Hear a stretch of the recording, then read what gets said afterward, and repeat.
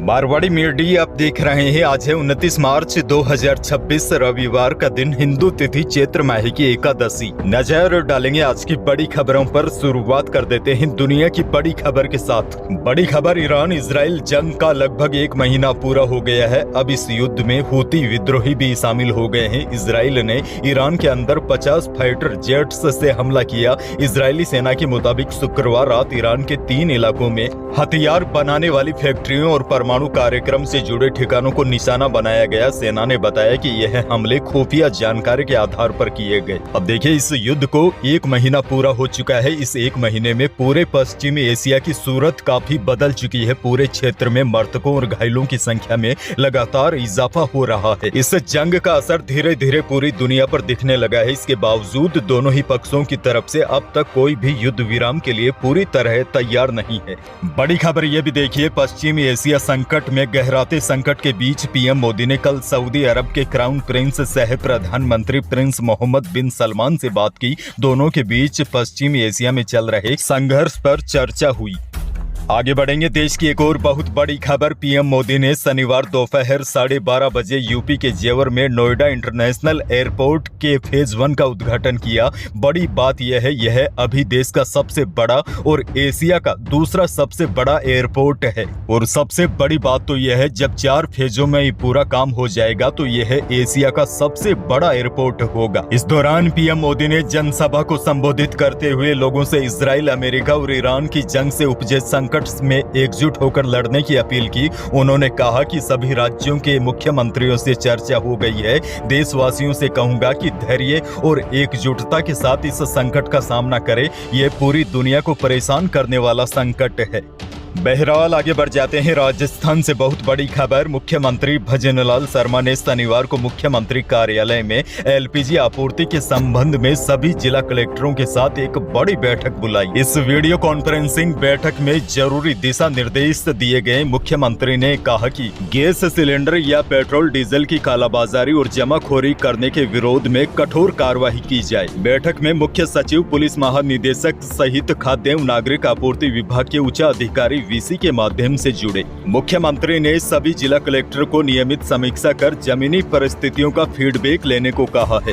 वैसे बड़ी खबर आपको दे दूं, पीएम मोदी द्वारा राज्यों को दिए गए निर्देशों के बाद राजस्थान सरकार एक्शन मोड में है। प्रदेश में पेट्रोल, डीजल और गैस की किल्लत की अफवाहों पर विराम लगाते हुए मुख्य सचिव ने साफ कर दिया है कि राजस्थान के पास पर्याप्त स्टॉक मौजूद है और पैनिक होने की आवश्यकता नहीं है। एक और बड़ी और काम की खबर, खाद्य एवं नागरिक आपूर्ति विभाग ने राज्य में व्यावसायिक एलपीजी गैस के आवंटन के लिए नई वितरण नीति जारी कर दी है। वैसे आपको बता दूं, यह नीति कॉमर्शियल सिलेंडरों के लिए है। खाद्य एवं नागरिक आपूर्ति मंत्री सुमित गोदारा ने बताया कि अंतर्राष्ट्रीय परिस्थितियों की वजह से रुकी हुई आपूर्ति को अब चरणबद्ध तरीके से बहाल किया जा रहा है। नई नीति के तहत शैक्षणिक संस्थानों और अस्पतालों को 100%, होटल, रेस्तरां और डेयरियों को 60%, औद्योगिक इकाइयों को 40% और अन्य उपभोक्ताओं को 50% तक एलपीजी उपलब्ध करवाई जाएगी। वहीं प्रवासी श्रमिकों और फूड कार्ड्स को जरूरत के अनुसार छोटे सिलेंडर दिए जाएंगे। नीति के अनुसार बिना पंजीकरण गैस किसी को नहीं मिलेगी।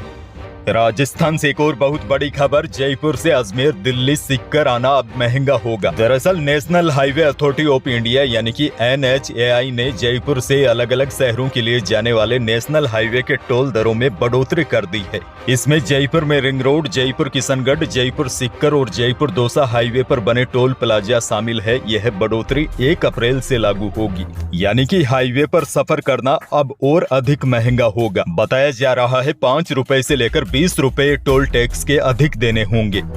खैर, आगे बढ़ना होगा। एक और बहुत बड़ी खबर, इस युद्ध का असर राजस्थान के लोगों पर भी देखा जा रहा है। राजस्थान की कपड़ा नगरी भीलवाड़ा इन दिनों गंभीर संकट से जूझ रहा है। ईरान इजराइल युद्ध का सीधा असर यहाँ की करीब 80 से 90 हजार करोड़ की टेक्सटाइल इंडस्ट्री पर देखने को मिला है। करीब 100 साल पुरानी इस इंडस्ट्री में पहली बार इतने हालात खराब बने हैं। उद्योगपतियों के पास अब सिर्फ 1 से 2 सप्ताह का ही कच्चा माल बचा है, जिससे उत्पादन पर बड़ा खतरा मंडरा रहा है। यानी कि युद्ध का सीधा असर अब अनाज मंडियों में, टेक्सटाइल इंडस्ट्री में, इसके साथ ही मार्बल इंडस्ट्री में भी इस युद्ध के घातक परिणाम साफ दिखाई दे रहे हैं।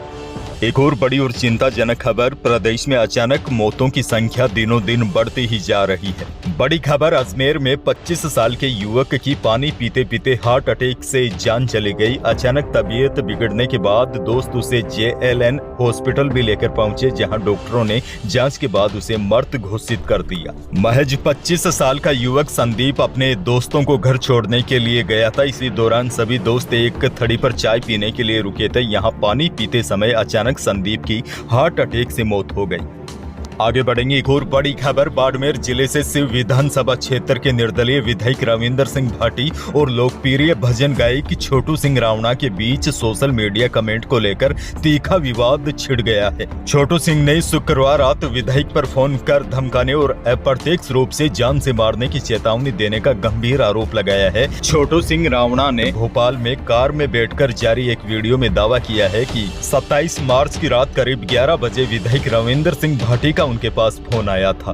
मामला एक वायरल वीडियो से शुरू हुआ था। एक कैंसर पीड़ित बच्चे के भावुक अपील वाले वीडियो पर छोटू सिंह रावणा ने कमेंट किया था, अगर यह बच्चा रियल स्टार होता तो सभी नेता उसके पास होते। रावणा का दावा है कि यह सामान्य टिप्पणी थी, लेकिन उन्हें ही टारगेट किया गया। उधर विधायक रविंदर सिंह भाटी ने फोन करने की पुष्टि की है, लेकिन धमकी देने से इनकार कर दिया है। उन्होंने कहा कि कुछ लोग दूसरे के कंधों का इस्तेमाल करते हैं, इसीलिए किसी को राजनीतिक टूल नहीं बनाना चाहिए।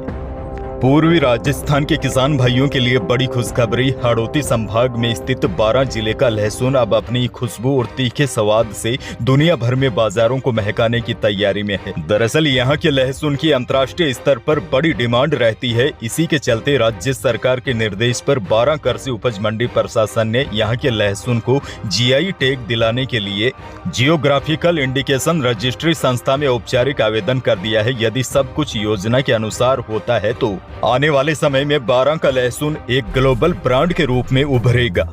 जयपुर से बड़ी खबर, राजधानी जयपुर में मिलावटखोरों के खिलाफ छेड़ी गई जंग में जवाहर नगर थाना पुलिस को शनिवार को एक और बड़ी सफलता मिली है।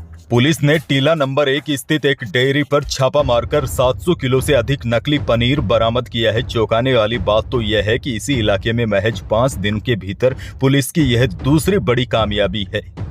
जोधपुर से बड़ी खबर, जोधपुर के पास फलोदी जिले में शनिवार एक दर्दनाक सड़क हादसे ने सबको झकझोर कर रख दिया। तेज रफ्तार से दौड़ रही थार गाड़ी टायर फटने के बाद अचानक अनियंत्रित होकर पलट गई। हादसा इतना भीषण था कि गाड़ी में सवार 2 युवकों की मौके पर ही मौत हो गई, जबकि एक युवक घायल अवस्था में बचा है। यह हादसा मतोड़ा थाना क्षेत्र के पड़ासला इलाके में भारतमाला एक्सप्रेस वे पर दोपहर करीब 12 बजे हुआ। प्रारंभिक जानकारी के अनुसार गुजरात नंबर की थार गाड़ी पलट गई और इस हादसे के पीछे की वजह भी तेज रफ्तार और लापरवाही बताई जा रही है।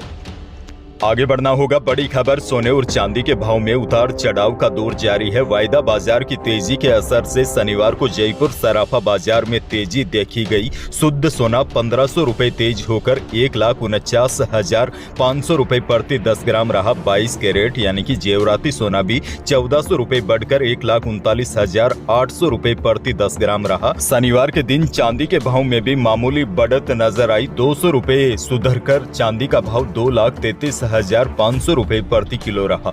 युद्ध की वजह से आने वाले दिनों में भी सोने और चांदी के भाव में उतार चढ़ाव का दौर जारी रहेगा। उधर अनाज मंडियों के भाव की बात की जाए तो बीकानेर की अनाज मंडी में सरसों का भाव न्यूनतम 5600 से अधिकतम 6500 रुपए रहा। पीली सरसों का भाव रहा अधिकतम 7800 रुपए और बीकानेर के अनाज मंडी में इसबगोल का भाव न्यूनतम 11,300 और अधिकतम 13,600 रुपए रहा। जीरे का भाव अधिकतम 19,800 रुपए प्रति क्विंटल रहा।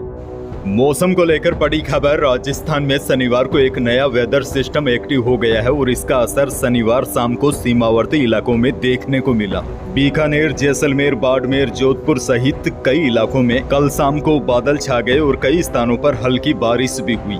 और अब देखिए, किसानों के लिए विशेष अलर्ट है। मौसम विभाग ने आज 29 मार्च से 1 अप्रैल या उससे आगे के दिनों में भी रुक रुक कर कई स्थानों पर बारिश होने के साथ आंधी चलने और कहीं कहीं पर ओले गिरने की भी चेतावनी जारी की है।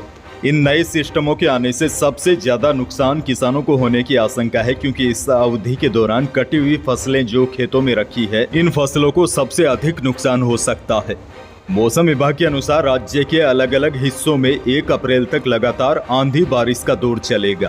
तो यही थी प्रदेश और देश की आज की बड़ी और महत्वपूर्ण खबरें। वीडियो को लाइक करना बिल्कुल न भूलिए और चैनल पर नए हैं तो सब्सक्राइब जरूर कीजिए ताकि आप अपडेट रहे बड़ी और काम की खबरों से। धन्यवाद।